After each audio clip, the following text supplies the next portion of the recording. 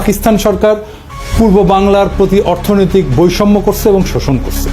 এই বয়ানের মূল বক্তব্য হচ্ছে তারা বলতে চায় পূর্ব পাকিস্তান পাকিস্তানের মেজরিটি প্রদেশ, এখানে দেশের 56% জনগণ বাস করে, অথচ পাকিস্তান সরকারের রাজস্বের সিংহভাগ পশ্চিম পাকিস্তানে ব্যয় করে।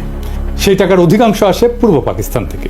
পূর্ব পাকিস্তানে কামানো এই টাকা দিয়ে পশ্চিম পাকিস্তানের শাসক গোষ্ঠী নিজেদের এলাকার ব্যাপক উন্নয়ন করে।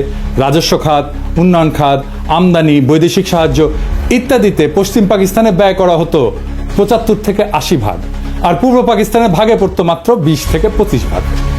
এছাড়া পূর্ব পাকিস্তানের মানুষকে দৈনন্দিন দ্রব্য সামগ্রী, পণ্য সামগ্রী পশ্চিম পাকিস্তানের চাইতে বেশি দামে কেনা লাগতো, যা ছিল তৎকালীন শাসক গোষ্ঠীর এক ক্রূর পরিকল্পনা, যার মাধ্যমে এদেশের গরিব দুঃখী মানুষের রক্ত তারা চুষে নিত।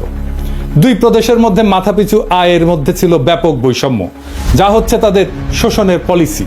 এইসব ক্ষোভকে ঘুঁটা দিয়া আওয়ামী লীগ 70 সালের নির্বাচনে একটা বিখ্যাত পোস্টার ছাপায় সারা দেশে ব্যাপকভাবে বিলি করছিল।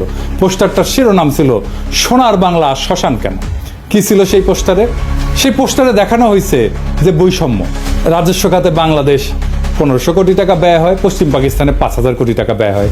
উন্নয়ন খাতে ব্যয় হয় বাংলাদেশে 3000 কোটি টাকা, পশ্চিম পাকিস্তানে 6000 কোটি টাকা। বৈদেশিক সাহায্য বাংলাদেশ শতকরা পায় 20 ভাগ, পশ্চিম পাকিস্তান পায় 80 ভাগ।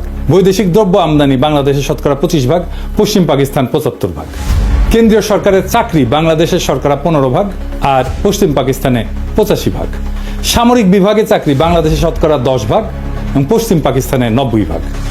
চাইলের দাম মন প্রতি বাংলাদেশে 50 টাকা আর পশ্চিম পাকিস্তানে 25 টাকা। আটা মন প্রতি বাংলাদেশে 30 টাকা, পশ্চিম পাকিস্তানে 15 টাকা। সরষের তেল বাংলাদেশে 5 টাকা, পশ্চিম পাকিস্তানে 2.5 টাকা। সোনার প্রতি ভরি বাংলাদেশে 170 টাকা, পশ্চিম পাকিস্তানে 135 টাকা। কি নিদারুণ বৈষম্য, তাই না? আসেন এটা আমরা খুলে দেখবো, এটা আমরা বুঝে দেখবো। 70 সালের নির্বাচনের সেই পোস্টারটা পরিকল্পনা করেন জনাব নুরুল ইসলাম এবং আঁকেন শিল্পী হাশেম খান। এই পোস্টারটা সারা দেশে ব্যাপক সাড়া ফেলে এবং এই পোস্টারটাই আওয়ামী লীগের স্বায়ত্তশাসনের বয়ানের ন্যায্যতার মূল ভিত্তি। আওয়ামী লীগ পাকিস্তানের বিরুদ্ধে তার বিদ্রোহকে জাস্টিফাই করার জন্য যত আর্গুমেন্ট হাজির করছে তার সবকিছুর মূলে হচ্ছে পাকিস্তানিদের অর্থনৈতিক শোষণ। এখনো এরা তাই বলে। প্রাইমারি স্কুলের পাঠ্যপুস্তকের মধ্যেও এই পোস্টারটাকে ঢুকানো হয়েছিল এবং প্রায় সকলের মনেই ছোটবেলা থেকেই এইরকম একটা বদ্ধমূল ধারণা যে পাকিস্তান 23 বছরে অর্থনৈতিক প্রবঞ্চনা বাঙালিদেরকে বাধ্য করছে মুজিবের 6 দফা আন্দোলনকে সমর্থন করতে। সেই 6 দফা ছিল বাঙালি জাতির মুক্তির সনদ। 6 দফার ভিতরে 3টা দফাই ছিল পাকিস্তান থেকে পূর্ব বাংলাকে অর্থনৈতিকভাবে বিচ্ছিন্ন করার দফা। 70-এর নির্বাচনে নিরঙ্কুশ সংখ্যাগরিষ্ঠতা অর্জন করে আওয়ামী লীগ এবং তার ফলশ্রুতি সবার জানা। 60-এর দশকের শেষ দিকে পূর্ব বাংলার পত্রপত্রিকা ঘাটলেও এই অর্থনৈতিক শোষণ এবং বৈষম্যের বয়ানটাই মূল থিম হিসেবে লক্ষ্য করা যায়। যে কোনো বাংলাদেশিকে যদি আজকে জিজ্ঞেস করা হয় যে পাকিস্তানের বিরুদ্ধে বিদ্রোহ করার প্রধান যৌক্তিকতা কি, সে উত্তর দেয় পাকিস্তানিদের অর্থনৈতিক শোষণ। এর মানে আওয়ামী লীগের তৈরি করা বয়ান একদম শেকড় গেড়ে বসছে দেশের বুকে। কারণ আওয়ামী লীগ যে ভুয়া অর্থনৈতিক বয়ান তৈরিতে পারদর্শী তাই প্রজন্মকে চোখে আঙুল দিয়ে দেখায় দেওয়া লাগবে না। বিগত 15 বছরে আমাদের সবার একদম চোখের সামনে আওয়ামী লীগ পরিসংখ্যান নিয়ে ভয়ঙ্কর কারচুপি করে মহা উন্নয়নের এক বয়ান তৈরি করছে, যেখানে বাস্তবতা হচ্ছে দেশের সব ব্যাংক এবং আর্থিক খাতকে লুটপাট করে নিঃশেষ করে ফেলা। কিছুদিন আগে বাণিজ্য উপদেষ্টা বলছে যে সব মিথ্যা পরিসংখ্যান দেওয়া হতো জিডিপি সহ। এটা এমন না যে এখন বলা হচ্ছে, হাসিনার আমলেও পত্রিকা মিথ্যা পরিসংখ্যান নিয়ে লিখত। জিয়া হাসান একটা বই লিখছিল উন্নয়ন বিভ্রম নামে, কিভাবে মিথ্যা পরিসংখ্যান দিয়ে উন্নয়নের বয়ান তৈরি করা হতো। তাহলে সেই আওয়ামী লীগ 50 বছর আগের ঘটনাকে নিয়ে কি রকম কারচুপি করছে সেটা সহজে অনুমান করা যায়। আমরা অনুমান করব না, আমরা তথ্য দিয়ে দেখব। আমরা আজকে আওয়ামী লীগের এই বয়ানকে তৎকালীন বাস্তবতার আলোকে পরীক্ষা করে দেখব যে এই অভিশপ্ত দলটা সেখানেও কি রকম কারচুপি করছিল। তৎকালীন পাকিস্তানের আর্কাইভ ঘেঁটে আমরা যাবতীয় প্রাসঙ্গিক ডকুমেন্ট জোগাড় করছি এবং বলাই বাহুল্য আওয়ামী লীগ এবং তাদের পোষা অর্থনীতিবিদরা নুরুল ইসলাম, রেহমান সোবহান ভয়াবহ জালিয়াতি করছে এই পোস্টার তৈরি করতে এবং ম্যানিফেস্টো তৈরি করতে। সেই নিয়ে বিস্তারিত আলোচনার আগে এদের আসল চরিত্র এবং এদের উদ্দেশ্য সম্পর্কে একটু আলোকপাত করা দরকার। মেজর ডালিমের একটা বই, যা দেখেছি, যা বুঝেছি, যা করেছি, ওইখান থেকে বলতেছি। ভারতে থাকতে উনি বলতেছেন বিভিন্ন মহলে তখন ভবিষ্যৎ বাংলাদেশের রাষ্ট্রনীতি, অর্থনীতি, প্রশাসন প্রভৃতি বিষয়ে আলোচনার ঝড় বয়ে যাচ্ছে। একদিন এক সামাজিক অনুষ্ঠানে সরকারের এক অর্থনৈতিক উপদেষ্টা বললেন, স্বাধীন বাংলাদেশের ইকোনমিক ভায়াবিলিটি তেমন একটা নাই। মানে এটা অর্থনৈতিকভাবে এটা সফল হবে না। তার এই ধরনের বক্তব্যে অবাক করেছিল অনেককেই। প্রশ্ন করা হয়েছিল, স্বাধীন বাংলাদেশের ইকোনমিক ভায়াবিলিটি যদি নাই থাকে তবে আপনারা 6 দফা প্রণয়ন করে জনগণকে উস্কে দিয়েছিলেন কেন? কেন বলেছিলেন পাকিস্তানের শোষণের হাত থেকে পূর্ব পাকিস্তানকে স্বাধীন করতে পারলেই সোনার বাংলা কায়েম হবে? তাহলে কি আপনাদের এই সমস্ত প্রচারণা ছিল মিথ্যে? জনগণকে ধোঁকা দিয়ে পাকিস্তানকে শুধুমাত্র দ্বিখণ্ডিত করার এক কূটকৌশল মাত্র? এই সমস্ত মৌলিক প্রশ্নের জবাব উক্ত বিশারদ সেদিন দিতে পারেননি। অত্যন্ত বিব্রতকর অবস্থায় কেটে পড়ে নিজেকে বাঁচিয়েছিলেন বিড়ম্বনার হাত থেকে। ঠিক একইভাবে আরেকদিন এক ঘরোয়া পরিবেশে কিছু বাঙালি জনাব ডিপি ধরকে ভবিষ্যৎ স্বাধীন বাংলাদেশের অর্থনীতি শিল্পনীতি কি ধরনের হওয়া উচিত জানতে চাইলে তিনি জবাব দিয়েছিলেন ইংরেজিতে। কিন্তু বাংলায় এটা বোঝা যায় যে তোমাদের এসব নিয়ে কথাবার্তা বলার দরকার নাই, তুমি শুধু ফসল ফলাও, ধান ফলাও, বাকিগুলো আমরা দেখব। এই ধরনের কথা থেকে পরিষ্কার বোঝা যায় যে বাংলাদেশকে ভারতের অর্থনৈতিক বাজার এবং পশ্চাৎভূমিতে পরিণত করার ষড়যন্ত্র ছিল ভারতীয় আধিপত্যবাদী নীল নকশার অন্তর্ভুক্ত।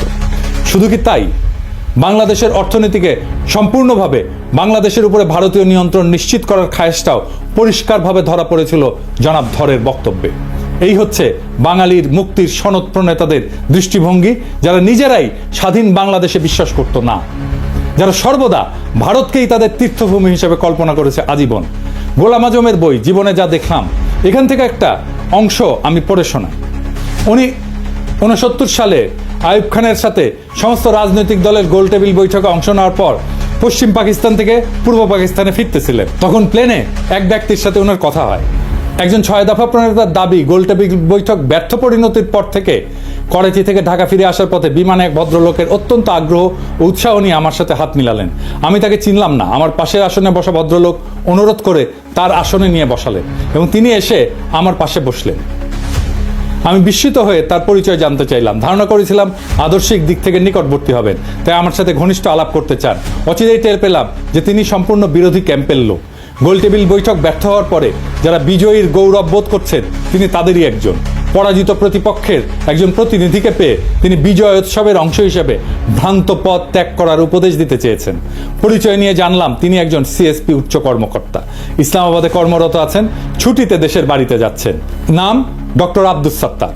আমাকে তিনি খুব ভালো করেই চিনেন বলে জানলেন। যারা রাজনীতি করেন তারা লেখাপড়ার চর্চা কমই করেন, আমি এর ব্যতিক্রম বলে আমাকে শ্রদ্ধা করেন বলেও উল্লেখ করলেন। আমার সাথে আলোচনার সুযোগ পেয়ে তিনি খুবই খুশি হয়েছেন বলেও জানিয়েছিলেন। এভাবে কতক সৌজন্যমূলক কথা বলে তিনি বক্তব্য শুরু করলেন। আপনারা 6 দফাকে সঠিকভাবে বিবেচনা করলেন না, এটাকে শেখ মুজিবের হঠকারী রাজনৈতিক প্রস্তাব মনে করে হয়তো এটার যথার্থ মূল্যায়ন করতে পারেননি। এটা শেখ মুজিবের মাধ্যমে পেশ করা হয়েছে বটে, কিন্তু এর প্রণেতা 18 জন পিএইচডি, এর মধ্যে বিভিন্ন বিশ্ববিদ্যালয়ের প্রফেসর এবং সরকারি বেসরকারি উচ্চপদস্থ ব্যক্তিত্ব রয়েছেন। এটা অত্যন্ত সুচিন্তিত এবং সুপরিকল্পিত ফর্মুলা যা 8 কোটি বাঙালির ভাগ্যের দ্রুত পরিবর্তন করবে। আমি জিজ্ঞেস করলাম, ওই 18 জন পিএইচডির মধ্যে আপনি নিশ্চয়ই অন্যতম? তিনি জোশের সাথে দাবি করলেন যে তিনিও এই সংগঠকদের একজন। আমি জানতে চাইলাম, এই 18 জনের সবাই কি বাঙালি? তিনি আরো উৎসাহের সাথে বললেন যে তারা সবাই বাঙালি জাতীয়তার বিশ্বাসী। আমি জিজ্ঞেস করলাম যে আপনারা নিশ্চয়ই সুদূর প্রসারী পরিকল্পনার ভিত্তিতে এই 6 দফা প্রণয়ন করেছেন। উক্ত পরিকল্পনায় কি পূর্ব এবং পশ্চিম পাকিস্তানকে একটা রাষ্ট্র হিসেবে গড়ে তোলার চিন্তা রয়েছে? তিনি খুবই খোলা মনে জবাব দিলেন, আপনারা জনগণের ময়দানে কাজ করেন, আমরা তাদের সাথে কাজ করছি যারা দেশ চালাচ্ছে। পাঞ্জাবিরা আমাদের দাবিয়ে রাখতে চায়, তাদের থেকে আলাদা না হয়ে আমরা উন্নতি করতে পারবো না। আমাদের দু অঞ্চলের মাঝখানে ভারত, এই অবস্থায় এক রাষ্ট্রের অন্তর্ভুক্ত থাকা অস্বাভাবিক। আমি বললাম, আমরা সংখ্যাগরিষ্ঠ, দেশ গণতন্ত্রের পথে এগুচ্ছে, আমরা কেন্দ্রীয় প্রাধান্য বিস্তার করব, আমরা কেন আলাদা হওয়ার কথা চিন্তা করব? তারা আলাদা হতে চাইলে দেখা যাবে। এর জবাবে তিনি এমন কথা বললেন যা শুনে আমি চমকে গেলাম। তিনি বললেন, বাঙালি জাতি হিসাবে আমাদেরকে চিন্তা করতে হবে 47 সালে বাঙালি জাতিকে বিভক্ত করায় আমরা জাতি হিসেবে দুর্বল হয়ে গেছি। বাঙালি জাতি ঐক্যবদ্ধ হলে গোটা উপমহাদেশে আমরা বিশাল মর্যাদার অধিকারী হতে পারবো। আমি জানতে চাইলাম, পশ্চিমবঙ্গের বাঙালিরা কি ভারত থেকে আলাদা হয়ে আমাদের সাথে মিলে আলাদা রাষ্ট্রে অন্তর্ভুক্ত হতে রাজি হবে? তিনি আস্থার সাথে বললেন, আলবত তারা প্রস্তুত হবে। তারা কলকাতাকে রাজধানী করতে চাইবে। বঙ্গদেশ বিভক্ত না হলে তো আমাদের পূর্ব পাকিস্তানের রাজধানী কলকাতাতেই থাকতো। ব্রিটিশ আমলেও কলকাতা বহু বছর ব্রিটিশ ভারতের রাজধানী ছিল। এখানে লক্ষণীয় যে উক্ত ব্যক্তি খালি 6 দফাতেই সন্তুষ্ট নন, উনি প্রত্যক্ষভাবে বাংলার সাথে যোগ দেওয়ার জন্য উদ্গ্রীব এবং সেই জন্যে পূর্ব বাংলার রাজধানী ঢাকা থেকে কলকাতাতে সরাই দিতেও প্রস্তুত। ক্ষুদিরাম সূর্য সেনের মন্ত্রমুগ্ধ শিষ্য।